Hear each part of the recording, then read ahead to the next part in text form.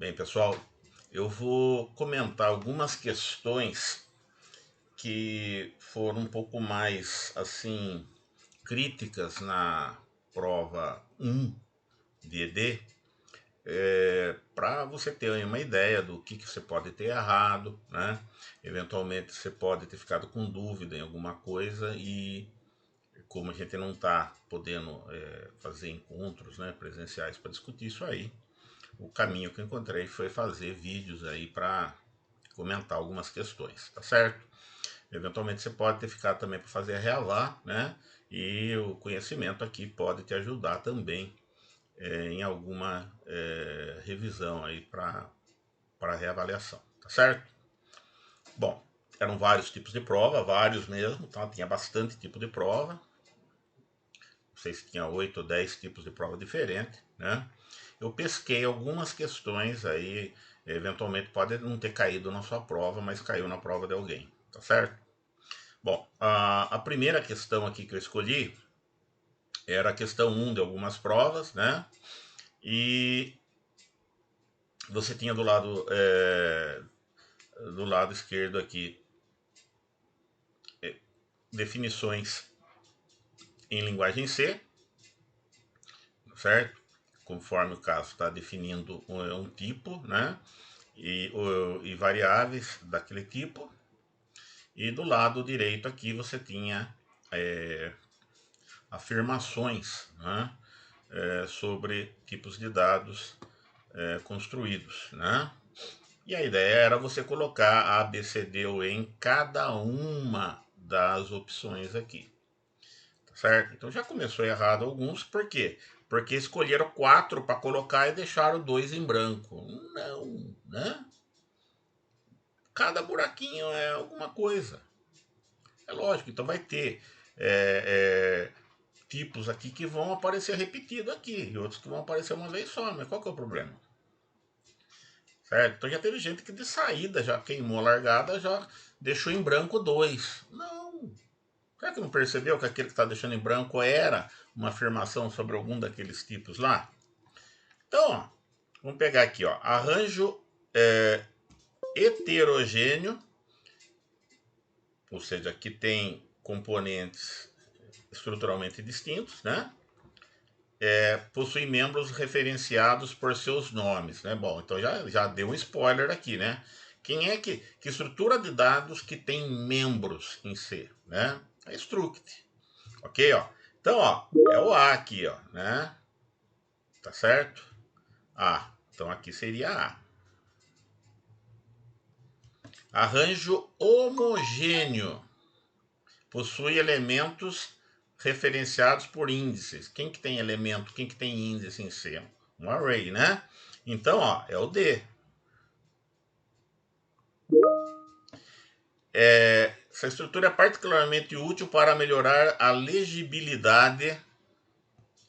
Que inferno. Essa estrutura é particularmente útil para melhorar a legibilidade de programas, pois permite que valores numéricos específicos sejam tratados por um nome significativo. No caso, seria a enum. Né? A ideia da enum é justamente isso: você dar nomes significativos, né? Que não impliquem em um overhead de processamento, mascarando valores inteiros. Tá certo? Muito bem. Então a enum aqui é o tipo C, né?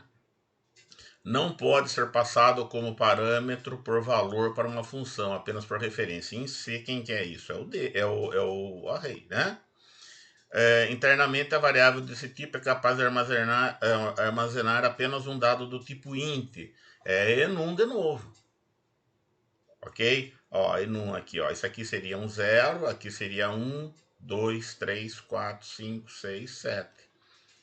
Internamente, o que é guardado fisicamente é um inteiro, né? Então seria enum, né? Tipo, o tipo da alternativa C. Uma mesma região da memória poderá ser interpretada como sendo de mais de um tipo de dados. É a union, né? Que a gente viu logo no começo do semestre. Tá certo? Ó? Então é isso aqui, ó.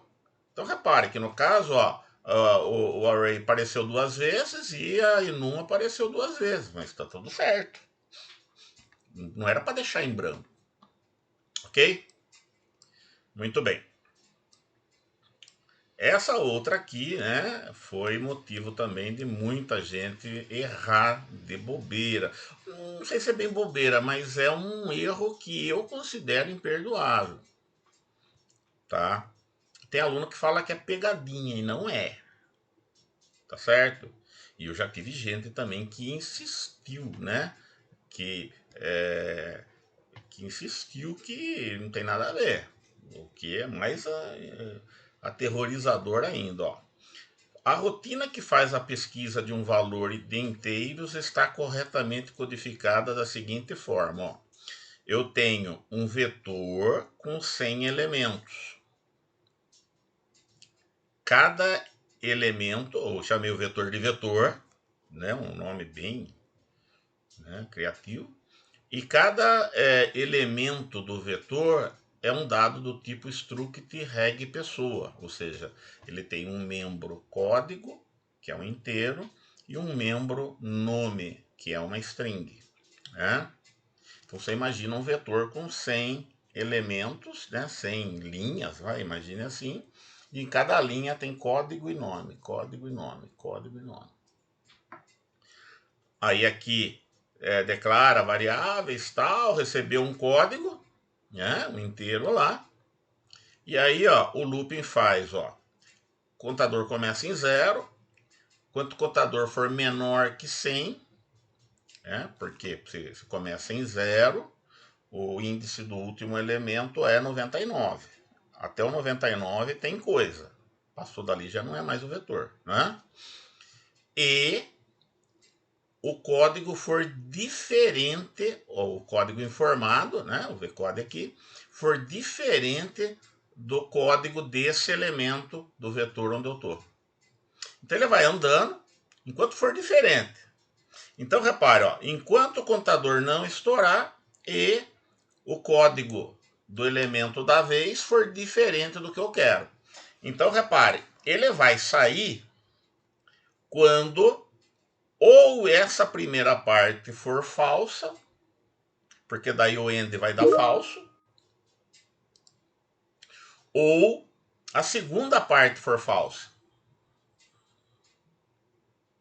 E aí a primeira deu verdadeiro, mas a segunda deu falso, e verdadeiro e falso dá falso. Então repare, para ficar preso no looping, as duas coisas têm que ser verdadeiras. Ó. O contador menor que 100 e ainda por cima o valor, o código do elemento onde eu estou no vetor é diferente do código que eu estou interessado. Então, tem gente no vetor e eu ainda não achei. Então, vou para o próximo, vou para o próximo. Vou parar quando?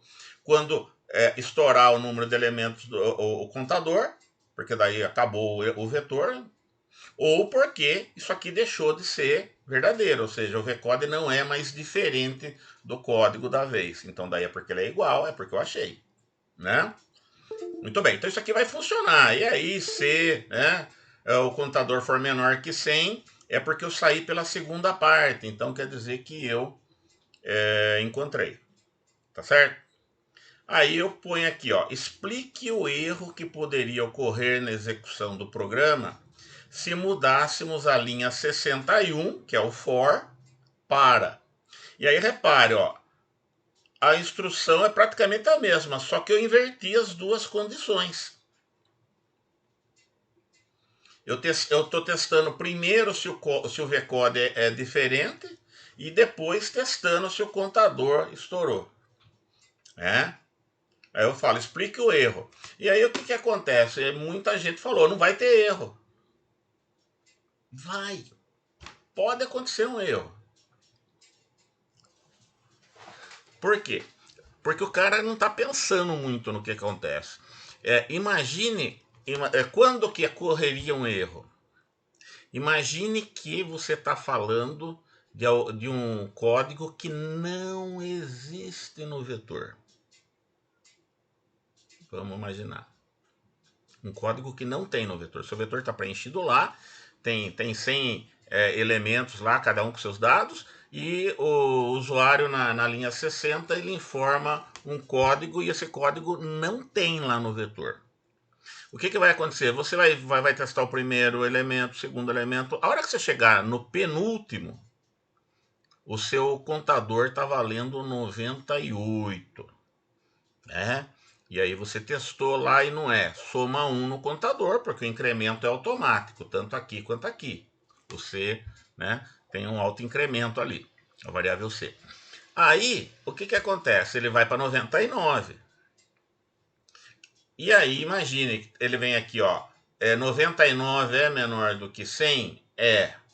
O VCODE é diferente? É. Porque não estamos assumindo que não tem valor lá. Aí o que ele vai acontecer aqui, ó? Ele vai somar 1 no 99, o 99 vai virar 100, aí ele volta aqui. 100 é menor que 100? Não. Então aqui já dá falso.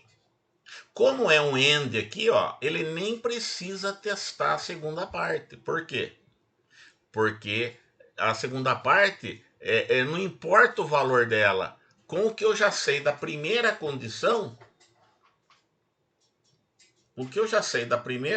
ele nem vai testar a segunda. Isso aí a gente chama de análise em curto-circuito da expressão. Entendeu? Então, se você tem um AND e a primeira parte já dá falso, ele nem testa a segunda.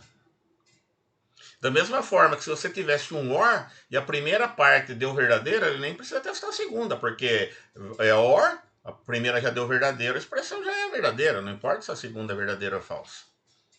Então repare que aqui, ó, ele faz uma coisa muito interessante para nós. Por quê? Porque quando o C atinge o 100, ele vê já que não dá, ele sai fora. O que seria ruim se ele viesse testar aqui, ó, vetor 100 ponto código? Não tem esse elemento no vetor. O elemento de índice mais alto no nosso vetor de 100 elementos é o elemento de índice 99. Você não pode querer testar um elemento de índice 100 num vetor que vai até que o índice mais alto é 99. Entendeu? Você está fazendo um acesso de memória inválido. Tá certo? Então, aqui funciona bem. Por quê? Porque a hora que chegar no primeiro valor fora da faixa de índices válidos, ele já mata na primeira parte da comparação. Ele não precisa nem testar, ele nem vai testar a segunda parte, que seria um elemento inválido. Agora, aqui o que eu fiz? Ó, eu inverti. Eu estou primeiro testando esse valor, esse eventual elemento de índice 100 aí, que não existe, para depois ver se ele era um índice válido. Primeiro eu faço o acesso inválido da memória, para depois ver se aquele índice prestava ou não. Percebeu que tem diferença aí? Tá? Então tem que falar isso. Mostrar que você está atento. Ok? Essa daqui, ó, é uma questão similar. Só que em vez de ela usar um vetor, ela usa uma lista encadeada. Olha lá, estou fazendo o looping aqui, né? Estou fazendo um looping aqui. O ponteiro é diferente de nulo, para ter certeza que eu estou apontando para alguém. E o valor apontado por esse ponteiro aqui é diferente do número que eu quero. Entendeu? É a mesma ideia do outro. Estou fazendo uma busca enquanto tiver elemento onde pesquisar e não for o que eu quero. Né? Então ele vai sair ou porque isso aqui deu falso, então é porque a lista acabou. Então já acabei, não testei todos, não achei. Ou então ele vai sair falso, porque aqui tem o verdadeiro, mas aqui deu falso. Então o valor não, que eu estou apontando não é diferente do valor que eu quero. Então, porque é igual, achou. Né? É a mesma ideia. Se eu mudo, né, essa linha 61 aqui, ó, de uma maneira que eu inverti as duas condições, o que vai acontecer? Vai acontecer o erro também. Por quê? Porque imagine quando o elemento não o item não existir na lista. Quando o item não existir na lista, você vai querer falar, ó, ponteiro nulo, flechinha valor. Aí já vai dar uma referência inválida na memória. Vai dar um erro de execução aqui. Entendeu? Então, por isso que é importante. Primeiro você testa se o ponteiro é válido, para depois testar um eventual conteúdo para quem ele esteja apontando. Mesma questão aqui, ó. É uma questão totalmente equivalente daquela outra que eu acabei de comentar. Tá certo? E geralmente os caras, entendeu? Não, olha superficialmente a questão e deixa passar. Tá certo? Bom, aqui era uma variação daquela primeira questão, né, que eu comentei sobre tipos construídos. Então tenho aqui vários, né, 5 definições de tipos de dados em C e tenho 5 afirmações, né, onde se espera que cada afirmação aqui seja cada uma tenha um correspondente aqui, né? Então, ó, o que você teria que fazer aqui, né? Isso aqui ó, vamos pegar aqui, ó, 1, né? Afirmação 1, afirmação 2, afirmação 3, afirmação 4 e afirmação 5, né? Afirmação 1, arranjo heterogêneo possui membros referenciados por meio dos seus nomes, é struct, né? Então, 1 é D. A 2, na prática, uma variável desse tipo será um int com um valor no conjunto de 0 a 7. É aqui, né? Ó, 0, 1, 2, 3, 4, 5, 6, 7, ó, que é a enum, né? 3. Uma mesma região de memória poderá ser interpretada como sendo um tipo de dado ou outro. É a union, né? Então é o E. 4. Internamente, a variável desse tipo é capaz de armazenar apenas o endereço de memória, é o ponteiro, é o B. Né? E 5. Não pode ser passado como parâmetro por valor para uma função, apenas por referência. Em C, né? Essa é uma característica do array. Né? Então, aqui é C. Né? Ok? Então, agora você tem que achar aqui quem que é 1D, 2A, aqui não é, 1D, 2A, 3E, 4B, 5C, ó. Essa daqui, ó. Nessa prova aqui seria essa alternativa. Ok? Tá? Então, essa aqui não teve muita confusão, mas eu acho que teve um outro aluno que ficou atrapalhado aqui, né? Com esse mapeamento aqui, tá bom? Aqui, o que eu tinha para falar dessa daqui? Bom, essa aqui tinha variações, tá certo? Essa aqui tinha variações. Então, teve gente que errou bobeira aqui, né? Então vamos marcar aqui um vermelhinho aqui. Vai. O que eu fiz aqui? Sobre a estruturação de programas, assinale as alternativas corretas. Separar o lado cliente do lado da implementação, você lembra lá que nós tínhamos, né? Falando de tipo de dados abstratos, tinha o cliente, né? Que era quem consumia o tipo de dado, quem usava, né? E tinha a implementação, né? Que era basicamente uma caixa de ferramentas onde você tinha o tipo de dado definido e as rotinas que implementavam as operações sobre esse tipo de dado, né? Lá, separar o lado cliente do lado da implementação dificulta a capacidade de reutilização de código em outras situações. Claro que não.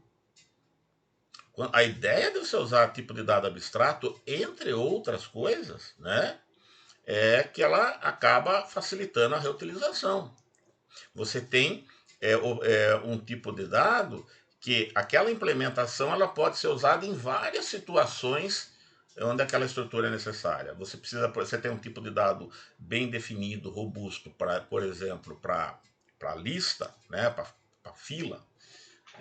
Você tem uma implementação de fila e você usa aquilo para qualquer problema que precise de fila. Você não precisa para cada problema que usa fila ter que inventar a roda de novo. Então, é uma das vantagens, né, um dos atrativos dos tipos abstratos de dados é que ele facilita a, a reutilização. Tá? Então, isso aqui está errado. Uma operação do tipo de dados abstrato deve ser implementada em uma rotina específica com interface padronizada e intuitiva. Sim, né? Uma interface que remeta ao que ela faz, que seja fácil de memorizar, né? De utilizar, na verdade. Porque se ela for intuitiva, você não precisa nem memorizar, né? Se os detalhes internos da implementação mudarem, ou seja, a maneira interna como ela faz, o protótipo deve ser preservado, tá certo?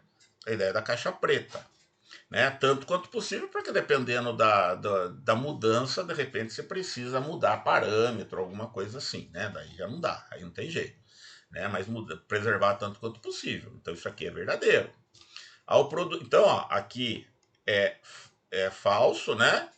Então, aqui é verdadeiro, né? Ao produzir uma nova versão do arquivo executável a partir de vários arquivos objeto, apenas os arquivos fonte que foram modificados precisam ser compilados. Os arquivos objeto dos arquivos fontes que não foram modificados podem ser reaproveitados. Sim, sim. Você não é obrigado a compilar tudo. Se você está num esquema que você está compilando separadamente ali, você só precisa recompilar, gerar arquivo objeto do que foi modificado. O arquivo objeto do que não foi modificado se aproveita. É a ideia do making, né? Do making de programa. Ele preserva o que. Né? Então isso aqui é verdadeiro. Teve bastante gente que botou falso, tá? O arquivo header na linguagem C, é aqueles arquivinhos do include lá em cima, né?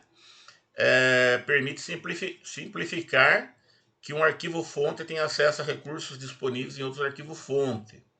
Sim, porque na verdade ele está mandando você incorporar, né, durante a compilação, né, o código daquele header que você mandou, né? Cadê aqui? Geralmente os arquivos header possuem extensão .h, não é obrigatório ter extensão .h, mas é comum, né? E são indicados no arquivo fonte por meio da instrução include. Sim, include o cara lá, né?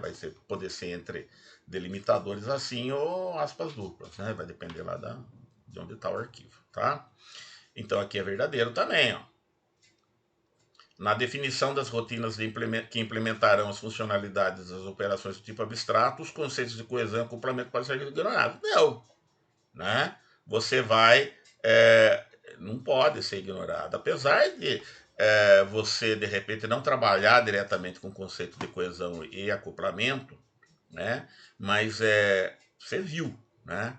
Que a tentar manter o acoplamento mais baixo possível e a coesão mais alta, né? Porque isso facilita tanto a manutenção quanto a reusabilidade. Então são conceitos lá da programação estruturada, mas que continuam válidos, né? Tá certo? Então aí seriam essas três do meio, ok? Esse daqui, né, deu um certo desgosto de corrigir, né? Ó, uma aplicação controla a atividade, sabe? Tá, ali eu estou explicando, né, o que é a aplicaçãozinha lá, tá certo? Então tem login, o cara entra, não sei o que, né? Aí eu tô comentando aqui, ó, que eu afirmo, né, que a aplicação implementa, né, para gerenciar a sessão, né, de bater papo, ela usa uma fila com as mensagens lá, né? Tá. E não vem ao caso aí porque que é fila, etc. Tá bom? Mas é fila. Aí, ó, eu falo, ó, que tem 4 operações, né, que tem que ser consideradas. Inclui chat, exclui user, né, exclui tempo e finis. Aí dou os parâmetros aqui e descrevo o que é cada uma, né? Tá certo? E aí, apresento aqui a estrutura de dados, né, a definição, tá certo? Aí eu peço, comente para cada operação as vantagens e desvantagens das implementações da fila ser realizada por encadeamento ou por contiguidade, né? Porque fila você viu que dá para implementar tanto por encadeamento quanto por contiguidade. Então, o que você tinha que fazer, né?